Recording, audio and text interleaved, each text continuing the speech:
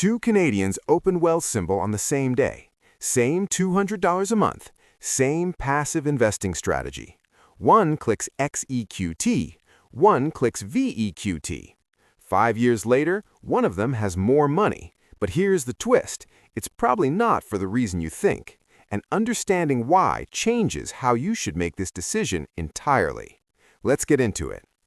Quick note, nothing in this video is financial advice. This is education and data to help you make a smarter decision for yourself. So, first, what even is an all-equity ETF, and why are Canadians so obsessed with these two in particular? Think of XEQT and VEQT like the Netflix and Disney Plus of Canadian investing. Different brands, different packaging, but at the end of the day, you're getting basically the same service. Both are what's called all-equity asset allocation ETFs. That's finance speak for this. You buy one single fund, and that fund automatically owns thousands of companies from around the world for you.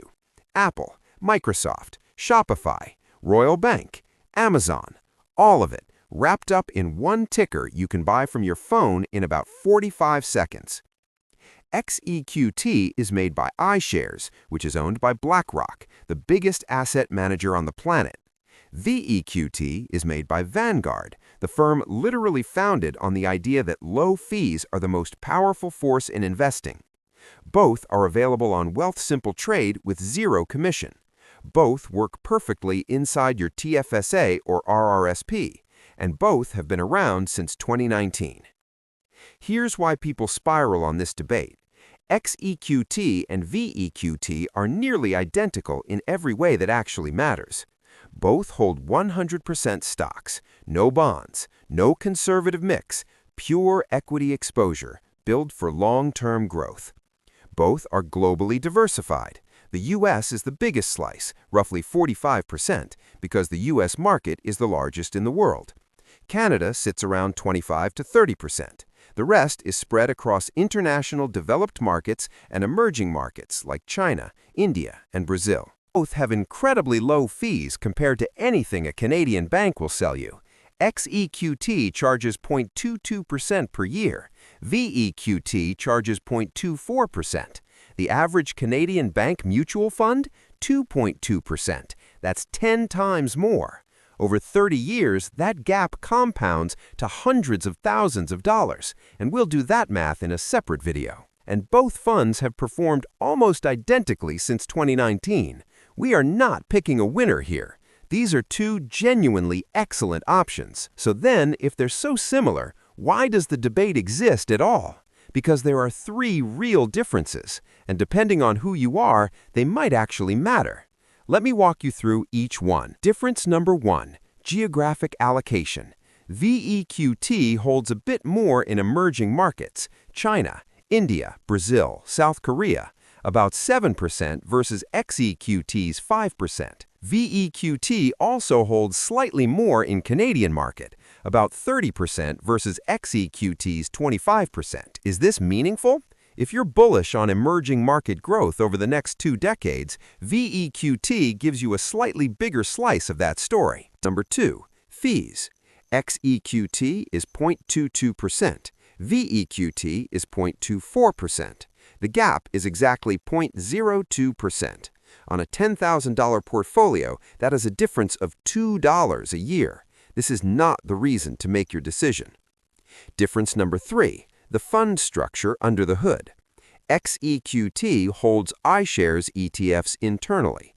VEQT holds Vanguard ETFs. Both are completely rock-solid institutions. This makes zero practical difference to you. Before I give you the verdict, if you're also wondering which account to put this into, TFSA, RRSP, or FHSA, I've got a full video on exactly that decision dropping this week. Hit subscribe so you don't miss it. Okay, let's land the plane. Here's my honest take after looking at the data. If you can only own one, here's the exact decision tree. Are you comfortable with slightly more exposure to emerging market economies? Do you want the marginally cheaper fund? Pick XEQT. Do you prefer the most established passive investing brand on the planet, and you don't mind paying an extra 4 cents per $100 for that? Pick VEQT. Both are correct answers. But here's the truth nobody on Finance TikTok will tell you. The difference between these two funds over your investing lifetime is going to be almost nothing. What actually changes your outcome is whether you invest consistently every single month, regardless of which one you picked. XEQT versus VEQT is like debating whether to drive a Toyota Camry or a Honda Accord for a trip from Toronto to Montreal. Both get you there. Both are reliable. The decision that actually matters is whether you get in the car. If you're on Wealthsimple, pick one. Set up a recurring buy on the first of every month. Turn off the notifications. Don't look at it for 5 years. That is the entire strategy. One more thing. I know someone's going to ask in the comments about ZEQT, BMO's version of the same concept. ZEQT is a solid fund. MER is 0.20%, same as XEQT. Same all-equity, one-ticket idea. The main reason fewer people talk about it is that it's newer and has a shorter track record. If you're already with BMO and prefer their platform, it's worth knowing about. My honest ranking? XEQT, VEQT, ZEQT, in that order. But any of the three is infinitely better than a mutual fund at your bank. You now understand XEQT and VEQT better than most Canadians who already own them. Drop a comment. Are you Team XEQT, Team VEQT, or still on the fence? I read every single one. If this video helped you, do me a favor and hit that like button. It makes a huge difference for a channel this size. And subscribe for more videos that break down Canadian investing in plain English. New video dropping this week on TFSA, RRSP, and FHSA. Trust me, you don't want to miss it.